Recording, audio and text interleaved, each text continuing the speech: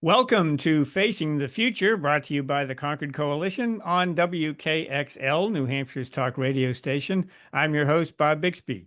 Each week, we take a nonpartisan dive into topics related to the federal budget, the economy, and how it all affects our nation's future.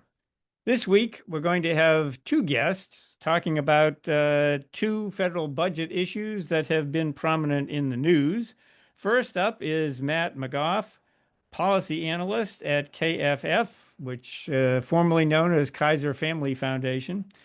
And Matt researches the Affordable Care Act, or the ACA, and analyzes health spending more broadly, along with issues related to access, quality, and affordability.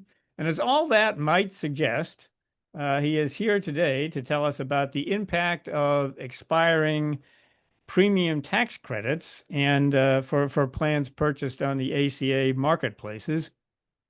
Then we'll turn to immigration reform and specifically talk with Theresa Cardinal Brown, Senior Advisor for Immigration and Border Policy at the Bipartisan Policy Center.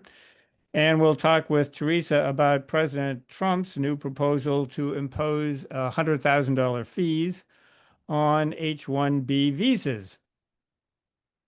All right. Well, let's first begin with the ACA and the premium tax credits.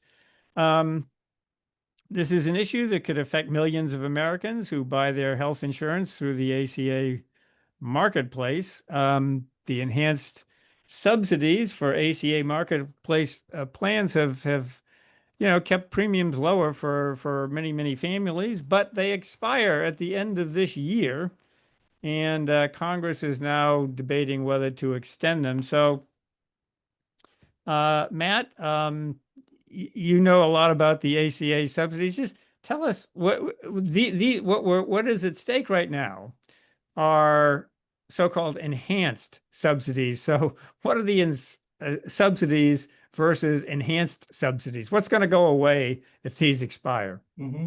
Yeah, absolutely. First off, I just want to say thanks for having me. But yeah, if we take a step back, we can trace the original premium tax credits that were created under the Affordable Care Act in 2010. And they lowered the cost of monthly premiums for people who receive marketplace coverage for people since the inception of the marketplaces in 2014. However, the pool of people that it could actually lower the monthly cost of premiums for was slightly smaller. It was only up to 400% of the federal poverty line, which is about $125,000 for a family of four. And because of that, it sort of limited the size of the marketplaces and the amount of people that it could really bring in there. So during the COVID-19 pandemic, right after President Biden was inaugurated in 2021, the American Rescue Plan Act was passed, which created these enhanced version of the tax credit, which tried to fill in some of the gaps that the original tax credits might have left, in sort of like being able to bring people into the marketplace and lower the uninsured rate nationwide. And they did two things. So first off, it increased the amount of premium tax credit or subsidy for those who were previously eligible.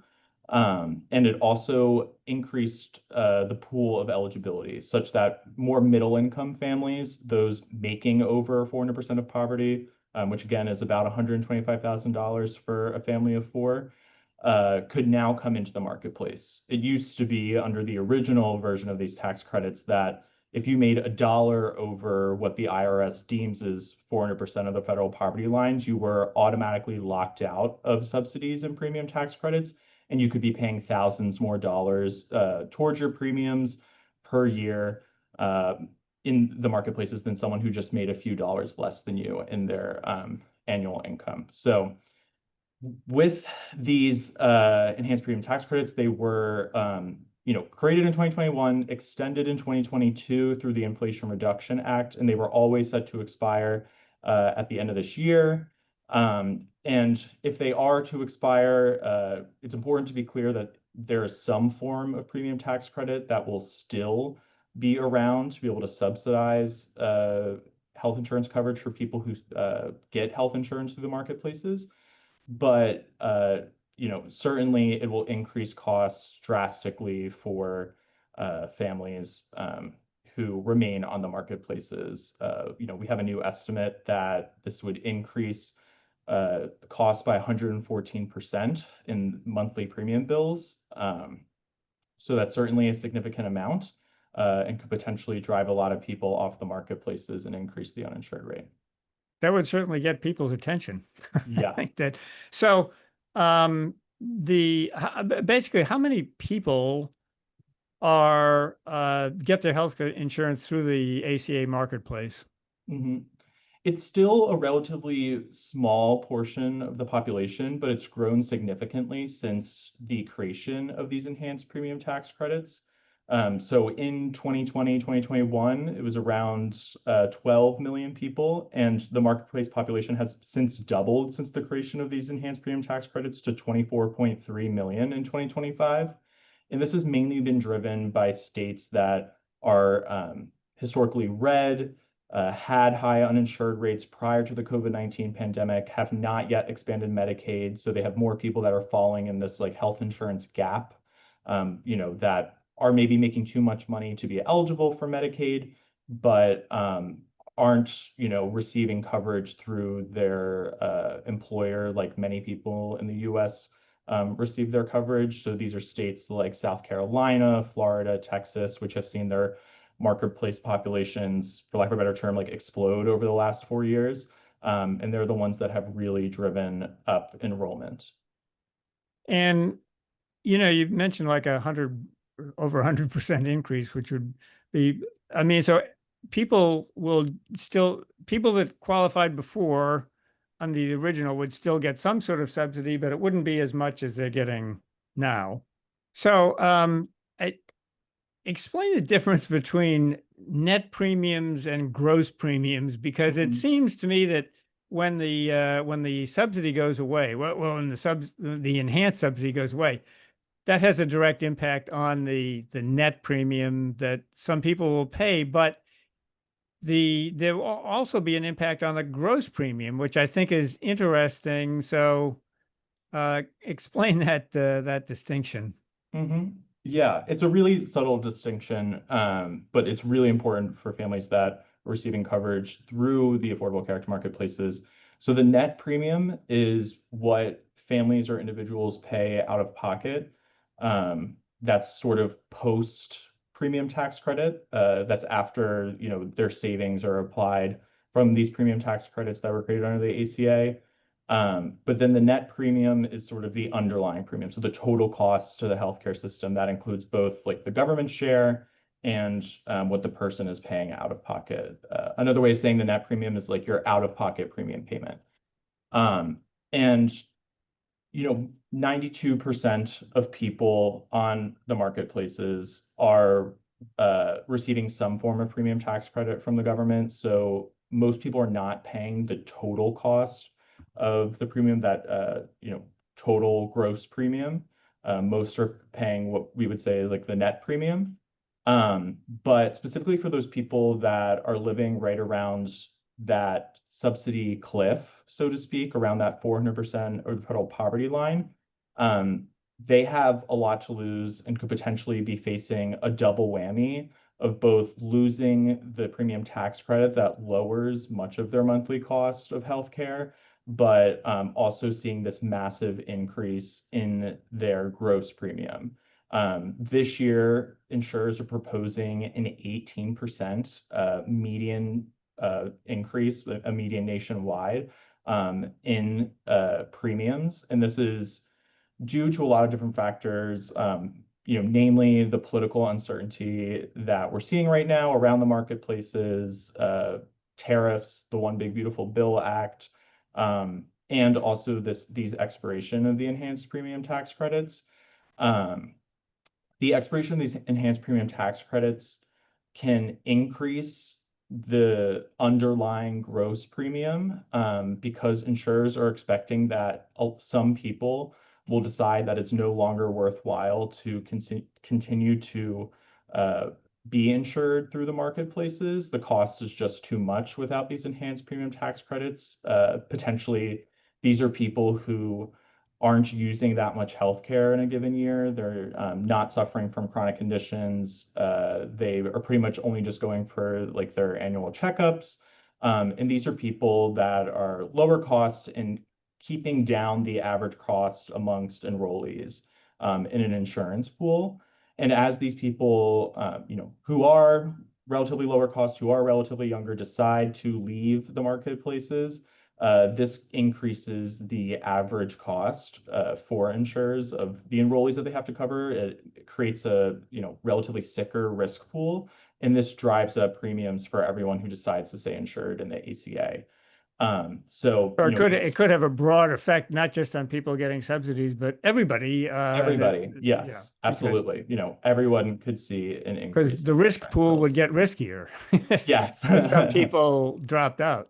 Mhm. We're going to have to take our first break here. You're listening to Facing the Future. I'm your host, Bob Bixby, and I'm talking with Matt McGough, policy analyst at KFF, about expiring premium subsidies under the Affordable Care Act. We'll be right back after these short messages. Welcome back to Facing the Future. I'm your host, Bob Bixby, and I'm talking with Matt McGough, policy analyst at KFF, about the expiring premium tax subsidies under the Affordable Care Act. That's been a big issue. Those subsidies, those enhanced subsidies, which were enacted during the pandemic, are scheduled to expire at the end of this year. And as we were talking about in the first segment, that would cause healthcare premiums to go up considerably, even over 100%, as Matt was explaining in the first segment for people that that purchase their healthcare under the Affordable Care Act marketplaces. The issue is how much would it cost for Congress to extend those enhanced subsidies? And Matt, I know you've been looking at that issue. So what is the cost to the federal government of extending the enhanced subsidies? Mhm. The Congressional Budget Office estimates that it would be about $35 billion a year, or about $330 to $350 billion over the next 10 years to extend these subsidies. Putting that in perspective a bit, that's about per year the entire budget of the General Services Administration, which is responsible for a lot of what we think of like HR in the government. But it's also about 4% of the US defense spending. If we were to do the math a little bit and divide the cost by the number of people who would be uninsured or become uninsured if these enhanced subsidies are not extended, which is about 3.8 million people over the next 10 years, we'd come out to the cost being about $9,000 per person next year if if there was to be an extension of these subsidies.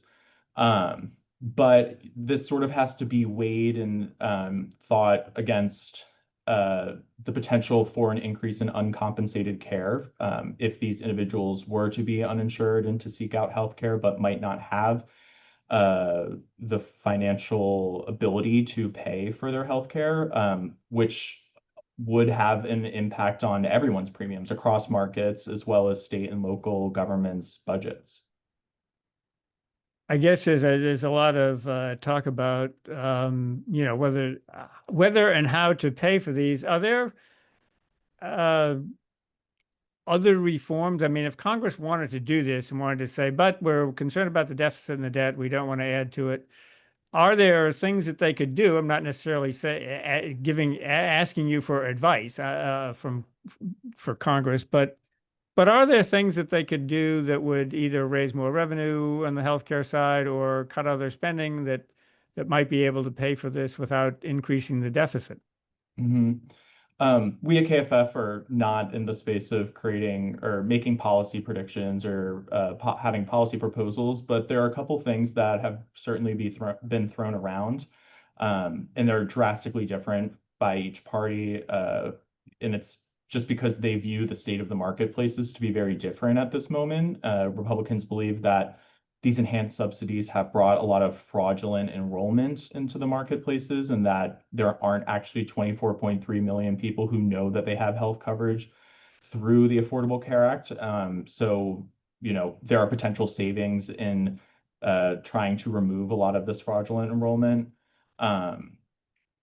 Democrats believe that the marketplaces are a great way to lower the uninsured rate, to bring in people who might fall in that gap between being eligible for Medicaid, but not also being able to receive health coverage through their employer.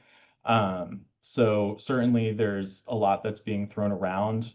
It's important to note that the Affordable Care Act was built on the tenant of being budget neutral at the time, and that was through a lot of different penalties and mandates, on employers, insurers, on the individual to try and increase the uninsured rate in the U.S. And the teeth, so to speak, that was in the original version of the Affordable Care Act, those have largely been removed, or the penalties have brought down to zero or are not enforced, which has certainly, increased government spending without also increasing any savings. So, yeah, there's a lot that could be done, that could be thrown around.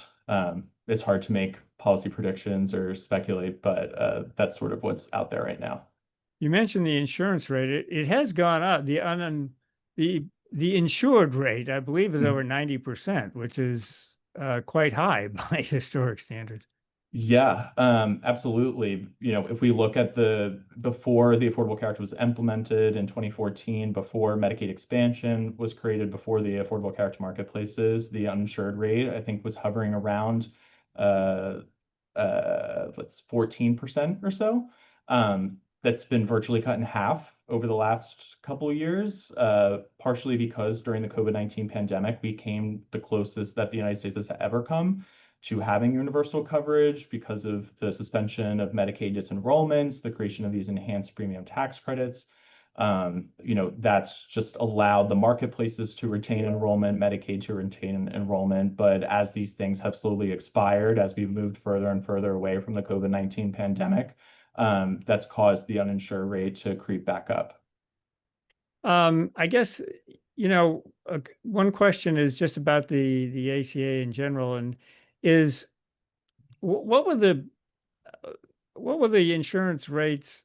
How do the insurance rates, the premiums track with what was projected? I mean, were the premiums, I'm talking about before the enhancement, were they going up faster than had been anticipated, or were they about the same?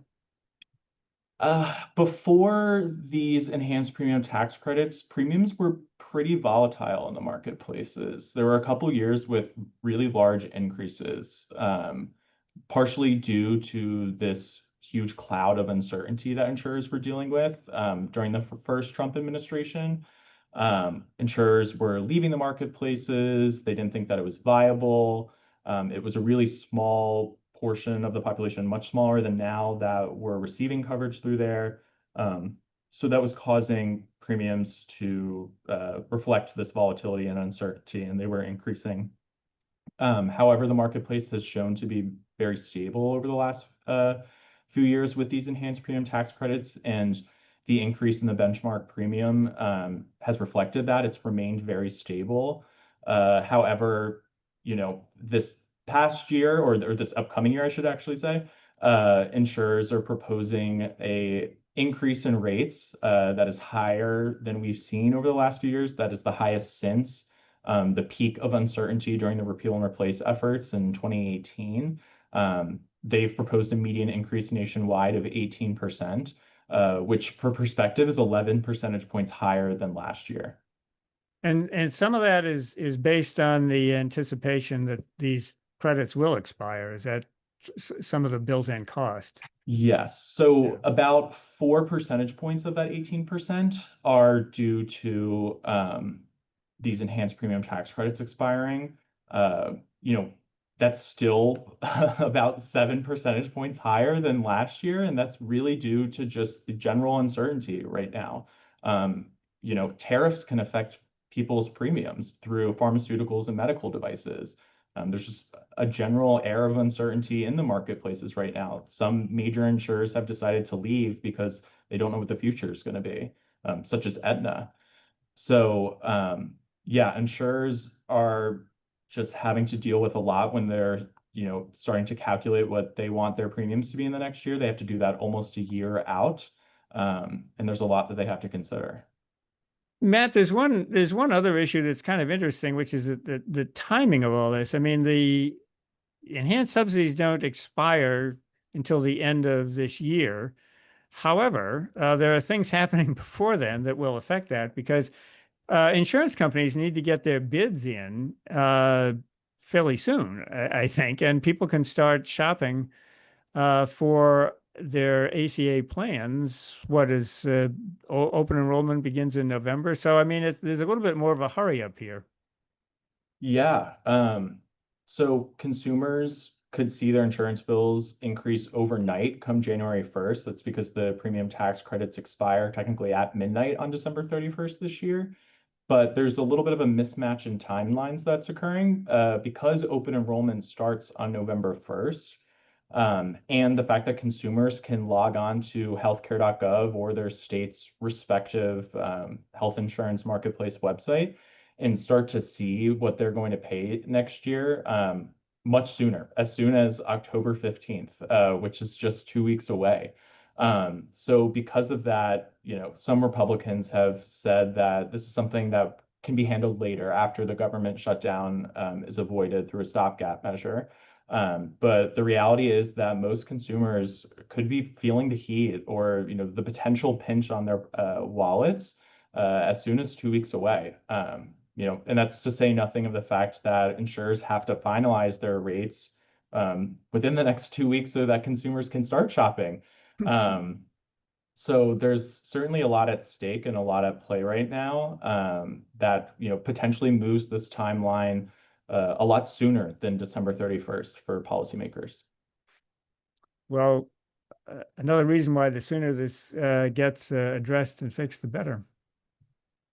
Well, Matt, I want to thank you for coming in and talking about the ACA subsidies, and maybe we'll check back with you after Congress resolves this thing.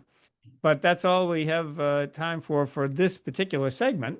I'm Bob Bixby, your host. You're listening to Facing the Future, and following this short break, I'll be back with Theresa Cardinal Brown of the Bipartisan Policy Center to talk about H-1B visas. Welcome back to Facing the Future. I'm your host, Bob Bixby, and I'm joined in this segment by Theresa Cardinal Brown of the Bipartisan Policy Center. And I wanted to talk to Theresa, who is an immigration expert at BPC and has extensive experience in the government and outside of the government, working in our nation's immigration system. And I wanted to talk to you, Theresa, about the President Trump's new H-1B visa proposal to add a $100,000 payment, and I guess we'll talk about how to characterize that, but some sort of exchange of money per visa. First, welcome to Facing the Future. I should say welcome back to Facing the Future. And let's just begin by telling people, what are H-1B visas and how do they fit into the overall immigration system? Well, Bob, thanks so much for having me back on. So the H-1B visa is a non-immigrant visa, and as that name implies, it's temporary nature, that allows specific people to come and work for a sponsoring employer in the United States for a period of up to 6 years in 2 3-year increments. To qualify for an H-1B, the job must require a bachelor's degree or its equivalent in a particular field. And the individual coming must have a bachelor's degree or its equivalent in that field. Congress has set the H-1B visas at 65,000 visas each year that are available, plus an additional 20,000 for people who have not just a bachelor's degree, but a master's degree. Now, there are other requirements for applying for this visa, one of which is that the a sponsoring employer has to attest to the Department of Labor that the individual is being paid at the prevailing wage for that occupation in the area of employment.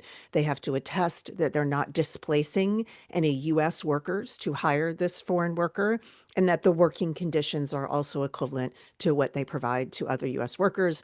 That generally means things like fringe benefits, vacation time, et cetera. Once that attestation has been made to DOL, then the employer files a petition on behalf of that immigrant, that foreign national, with the U.S. Citizenship and Immigration Services. And once that petition is approved, the individual can apply for a visa if they are outside the United States, or if they're inside the United States in another temporary status, like as a student, they can change their status here. And that process is important to understand, because one of the questions around this new fee is, at what point in that process does the fee apply? And that's a little bit of an open question, so we can get there. But just to give a little bit more background on the H-1B category, the H-1B category is often called the tech visa because the largest number of these petitions are filed on behalf of people in various technology type positions, computer scientists, engineers, IT people. And the largest users of the category tend to be employers in the technology space. And that is either companies that are themselves tech companies. Think of the Magic Seven, Amazon, Google, it's like Amazon, Google, Meta, Apple, right? We yeah. know them, yeah. But also smaller companies and other companies that provide services to other companies in those fields. So, for example, a company like Deloitte does consulting in IT and lots of other places, and they will apply for many H-1B visas, as will other companies like that. So the largest categories of occupations tend to relate to technology occupations, but it's also a category that's used heavily by, for example, financial services companies to do financial analysis and other things like that. You have, it's extensively used by colleges and universities whose petitions are not subject to that cap, for professors, for researchers, for postdocs, right? Those are all qualifiers for H-1B visas and tend to be users. You even have some school districts that file for H-1Bs when they have a shortage of available teachers. This is particularly true in some rural areas that have difficulty recruiting. And people who complete foreign medical graduates who complete a residency in the United States and want to stay and practice medicine can get an H-1B visa. So even though it's considered a tech visa, it does have a pretty wide range of potential occupations that can use it. And I've heard in immigration debates in the past that one of the perceived problems, people that have problems with H-1B visas, is that they can attract people from overseas that would take American jobs by undercutting the salaries that American workers might make otherwise, and depress wages that way. Is that a legitimate criticism? Well, there's a lot of ways to slice that apple. And here's what I would say. The current regulations and what the law requires, as I said, that prevailing wage. Prevailing wage is usually determined by Department of Labor, but it's also determined at different wage levels. So as you can imagine, somebody who has only a year of experience or is a recent college graduate may qualify for an H-1B, but their salary is going to be a lot lower than someone who has 10 years experience, let's say. So they don't try to average the new graduate with a 10-year veteran and the average of those salaries, but they do have wage bands based on experience. And so there are many companies that sponsor H-1B visas in more of those entry-level bands, and they may be technically paying the prevailing wage, but in the overall scheme of things, those incoming workers are being paid less than the total average of workers in that occupation because many of them have higher experience. Whether or not they're taking other jobs, as I mentioned, every employer has to file an attestation. But there are companies, particularly companies that provide services to other companies, right? So think about IT companies that, I have a business, it's a manufacturing business, I'm not an IT expert. I will hire another company to manage my IT. And that company in turn hires the individuals. If that company is hiring H-1B workers and that allows them to bid on my contract for my IT services at a lower rate, that may mean that another US company whose workforce is more American, maybe more experienced, higher paid, doesn't get the contract. So it's a little bit complicated there. I'm not here to say that there's never been a circumstance in which someone, one-to-one took a job that American had. But more often than not, those kind of circumstances are related to those sort of outsourcing contracts. And there are companies, in particularly many companies from India, and I should mention that the overwhelming number of these visas have been going to Indian nationals for well over 15 years.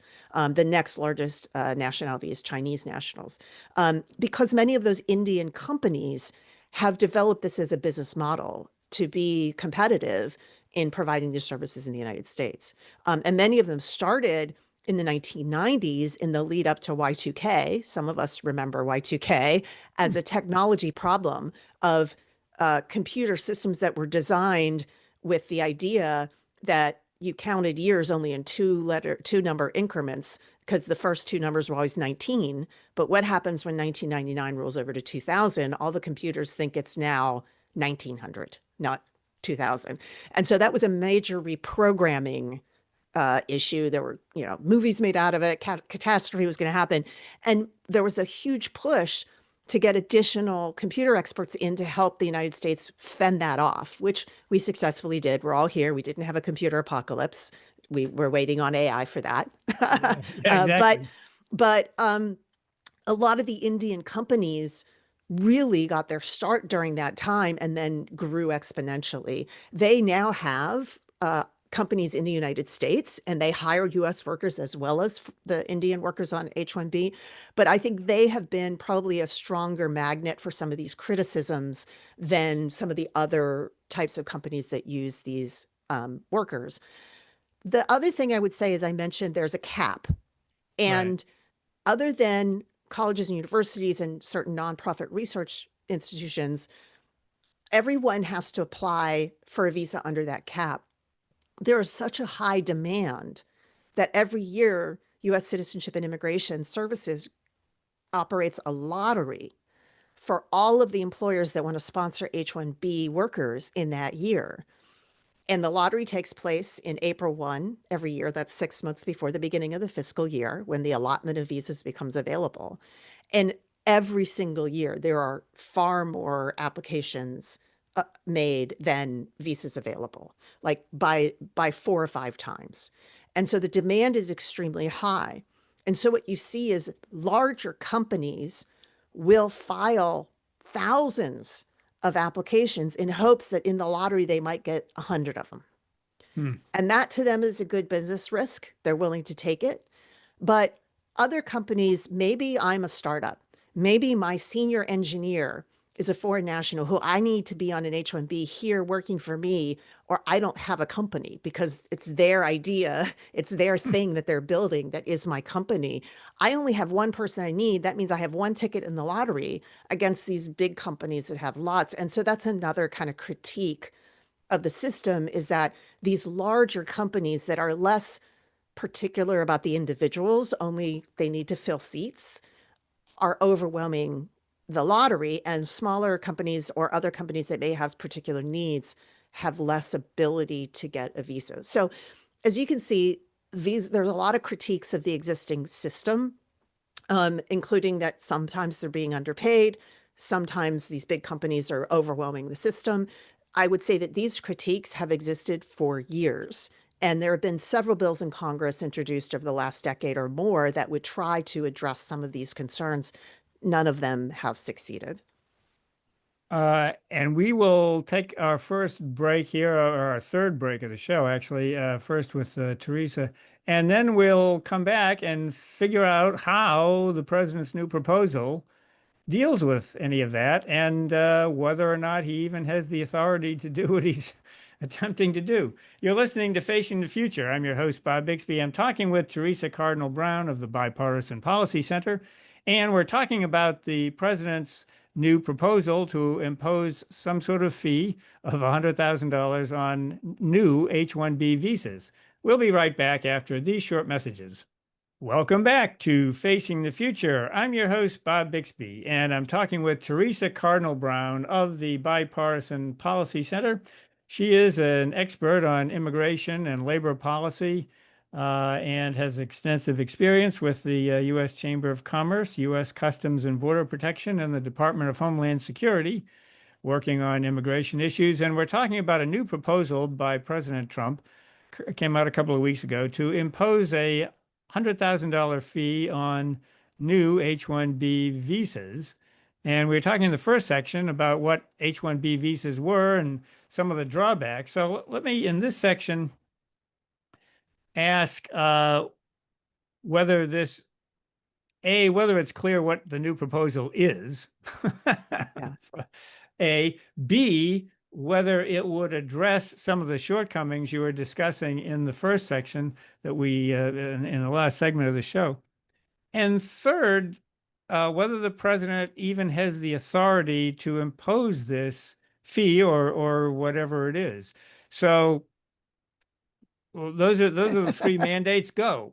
Yeah, go. You've got 10 minutes. Yeah, let's start with the proclamation. So on September 19th of this year, President Trump signed a proclamation in the Oval Office with Howard Lutnick there that uses an authority under immigration law that the president has used before, most notably for the so-called travel ban in his first term. And it's authority called 212F, based on the section of the immigration law. And it basically says that the president can prevent or prohibit the entry of any person that the president believes would be against the interests of the United States. And so he has pretty broad discretion to determine what is or is not in the national interest.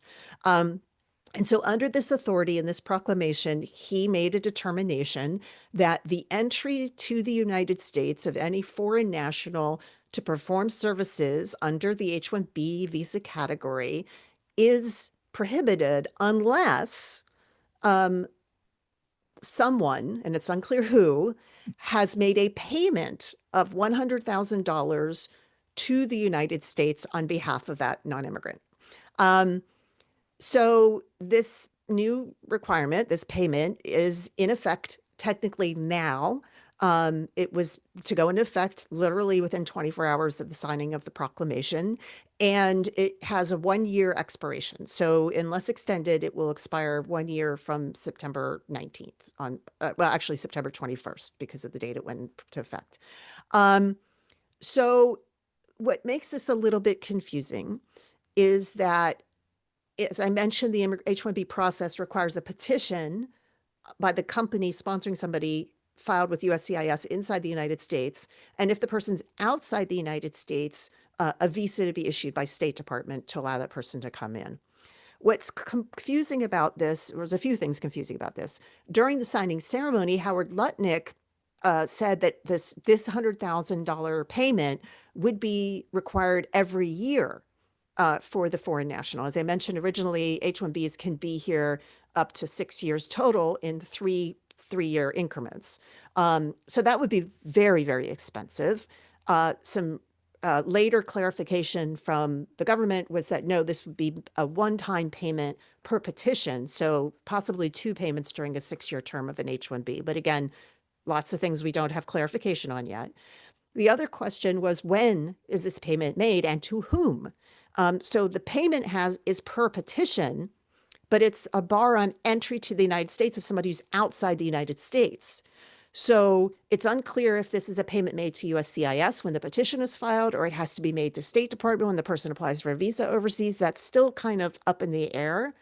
But what makes it even more important to figure this out is that USCIS, under the law, is not allowed to charge fees beyond what is required to cover the cost of adjudicating that petition.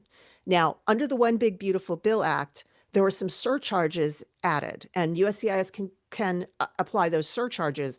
This $100,000 was not part of those surcharges. So this is not covered under the existing fee authorities USCIS has. State departments similarly can charge a fee to issue a visa, but again, this is not a fee that they have authorization to charge, except through this proclamation. And it's also unclear what this payment is for. Does it go to the Treasury? Does it go to the adjudicating agencies?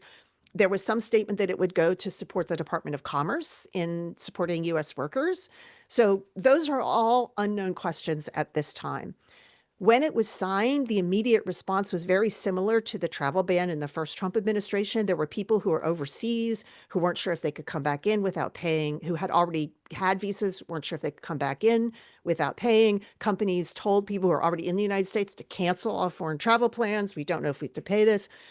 So in that first 24 hours, both USCIS and US Customs and Border Protection issued guidance saying, wait, this doesn't apply to anyone who currently has H-1B status or has a visa. It will apply to new petitions as of the date of the proclamation. Now, as I mentioned, there's a lottery held every April for H-1B visas to be issued as of October 1 of the following year. So people getting visas, H-1B visas today, for the most part, October 1st, 2025, when we're recording this, their petition would have had to have been filed back in April of this past year. So according to this guidance, they are not covered under this. But if you're a CAP exempt employer, as I mentioned, nonprofits, higher education, that might apply to you. We don't know yet. So that's unclear. If you're filing for somebody now, would you have to pay this $100,000 and who to? And so, as you can imagine, this is creating a lot of confusion just on an operational level. Who charges the fee? How does it get paid? When does it have to be paid? On whose behalf does it have to be paid? Does the employer have to pay it? Can the employee pay it? We have no answers on any of that. Well, assuming that there are answers, let's say all of that gets, cleaned up somehow. Yeah. Does the general concept, would it address some of the shortcomings that are perceived in the H-1B process? Yep. So the intention of this, and it's stated in the proclamation, is basically we're saying we want it to cost employers more to hire an H-1B worker than to hire a U.S. worker. And this $100,000 fee should guarantee that's the case. And that may be true. But as I mentioned, there are a lot of different employers who would like to file for H-1B workers. And they're filing for workers at a lot of different stages of their career. And so any employer that's looking to hire an H-1B who would be covered by this fee now has to look at not just the cost of that employee, the salary and benefits that would ordinarily be the cost of any employee in that position, plus the costs associated with filing a petition on that behalf of that employee, which can be, a couple $1,000s in actual fees that go to USCIS, plus if you hire an attorney, attorney's fees, all of that, and now this $100,000. So that's going to cause a lot of companies to rethink whether or not they can hire an H-1B. If you're a company that sponsors thousands of them, if you're an Amazon or an Alphabet, maybe you have that money, and maybe you are still willing to file on behalf of many H-1B employees. Will you still file 1,000 petitions to get 100? Maybe not. Maybe that will change your calculus, but you might. But if you're that small startup, maybe you can't. And then what happens? So this fee will have winners and losers, clearly. Will it result in more Americans being hired? That's a very open question, because there are other things that companies, particularly larger companies with overseas affiliates, could do to avoid this fee. One is there's a different visa called an L1 visa that allows someone who's employed overseas for an affiliate of your company to be transferred into the United States to work for you. And that doesn't have a cap, and so far doesn't have the fee. If you have that overseas affiliate, maybe instead of doing the work here where you have to sponsor an H-1B, you do that work someplace else and you hire that person there. That kind of offshoring is something that the president is trying to avoid. He wants people to hire here, but that is a reasonable business response to this kind of a fee that you could foresee happening. So in the long run, will this have the results the president wants? I think in the short run, it will create a lot of disruption, and it will certainly change who will be filing for H-1Bs. We will see, assuming the courts say that the president did have authority to do this and it all lasts because there will be litigation. We'll see when we see the lottery filings in April, and that if the composition of who's filing, the number of filings changes, then we'll be able to see whether or not it's having the effect of reducing the number of foreign nationals coming in on H-1Bs. Will that result in increased hiring of American workers? Well, that's a difficult thing to see until we see the jobs numbers for some of these same occupations or some of these same industries, maybe a couple months later. And hopefully, well, go ahead. Just yeah, finish. I mean, that's a to be determined. We don't know what will happen. Hopefully the government will be back open by that time. And so the people who collect those jobs numbers will be back at work. Yes, we hope so. We would Getting hope so. paid. Well, that's all the time we have for this week. And we could spend a lot more time on this, and perhaps we will when those filings come out in April. I'll have you back on the show and we'll figure out how this is going forward, if at all. Happy to do that. Happy to do that. But thanks for joining us today. You've been listening to Facing the Future. I'm your host, Bob Bixby, and I've been talking with Theresa Cardinal Brown of the Bipartisan Policy Center, an immigration expert, and we've been talking about President Trump's new proposal for a $100,000 payment for H-1B visas. I'll be back again next week with another edition of Facing the Future.